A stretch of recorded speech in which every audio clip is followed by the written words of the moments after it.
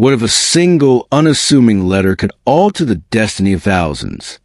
In 1916, amidst the unforgiving brutality of the Western Front, an English soldier bore not just critical orders, but an unimaginable terror on his shoulders. This is the harrowing tale of Arthur, told through his personal diary entries from a veritable hell of mud and blood. This is the First World War.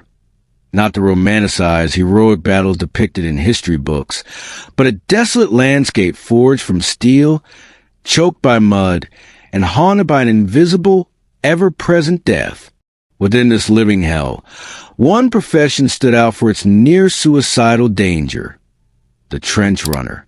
These brave souls were the fragile lifelines connecting the front lines to military command, bridging the terrifying gap between life and oblivion.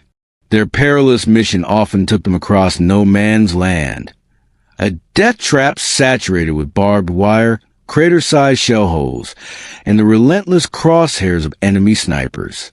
A single delayed order, a crucial piece of intelligence left undelivered, could spell catastrophic defeat for an entire division. Our protagonist is Arthur Clifford, a young man of 21 from Manchester. He carried no rifle. Instead, his burden was a worn leather satchel filled with messages of life and death. Tucked safely in his breast pocket, he kept a small notebook where he meticulously recorded the trembling words of his horrific experiences, a secret chronicle of his time in hell. It was July 1st, 1916, at the Somme, a day that would forever be etched as one of the bloodiest in British military history. Orders to attack had already been issued, but urgent intelligence from the West Wing reconnaissance revealed a devastating German artillery repositioning, effectively turning the impending assault into an unimaginable slaughter. Arthur was the sole hope, the only man who could deliver this critical message to the 37th Divisional headquarters before dawn broke. As the sun began its descent, the sky above bled a deep crimson, mirroring the blood soon to be spilled. He donned his steel helmet, clutched his leather satchel tight, and clambered out of the trench. There were no bugle calls, only the incessant roar of falling bombs and the acrid stench of burning gunpowder.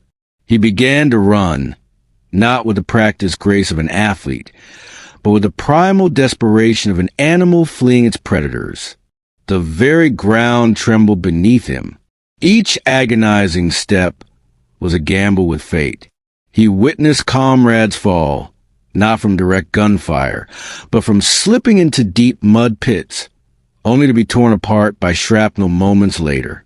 In his diary, Arthur pointedly scribbled, "Today I saw something I can never forget, a nightingale perched upon a coil of barbed wire, singing its heart out amidst the relentless shelling. That sound, a gentle melody, was a stark reminder that a beautiful world still exists, but where was I?" Suddenly, a German artillery shell exploded nearby, showering Arthur with earth, mud, and jagged stones. His ears rang deafeningly. He stumbled, disoriented, but the vital letter in his pouch remained dry and secure. He knew with absolute certainty that if he fell, thousands would perish in vain. Arthur dove headlong into a shell crater, his heart hammering against his ribs, threatening to burst from his chest. Here, a strange, profound silence descended, a mere few seconds of eerie calm before the next storm of artillery fire would inevitably crash down. In that brief, chilling stillness, Arthur succumbed to the immense pressure and curiosity. He wasn't permitted to read the dispatch, yet he tore it open. His eyes quickly scanned the hastily scrawled words: cancel, ambush risk, redirect to target Alpha. The lives of over 5,000 soldiers now hinged entirely on his ability to traverse the final 300 meters to the temporary divisional headquarters, cleverly camouflaged within a dilapidated warehouse. He ran again. The entrance to the warehouse loomed into view. Just then, a German sniper spotted him. Crack! A bullet whizzed past his shoulder, Tearing through the leather satchel and ripping the edge of the crucial letter, Arthur flung himself over the threshold. The dispatch was delivered. Orders were immediately relayed via field telephone. A mere 15 minutes before the original doomed attack was slated to commence, thousands of lives were miraculously saved. A senior officer, his eyes weary but filled with gratitude, placed a hand on Arthur's shoulder. He spoke softly. "You did well, son. Very well indeed." Arthur survived the Somme, and indeed the entire war. He was one of the fortunate few trench runners to make it through. He received no medals for felling enemies, yet he carried a silent, profound glory. The glory of a man who carried hope through the inferno. The very last entry in Arthur's diary reads, "War is not glory or honor. War is mud, it is horror, and it is fleeting moments of raw humanity. I did not fight for king or country. I fought so my comrades might have a chance to live another day."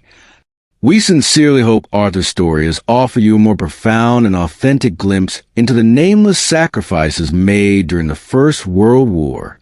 If you found this narrative meaningful, please consider hitting the like button and subscribing to our channel. Your support empowers us to continue sharing other deep historical truths and experiences. But what harrowing challenge awaited the British soldiers next as they faced deadly chemical warfare for the very first time? Would there be any hope left for Arthur and his comrades on the ensuing front?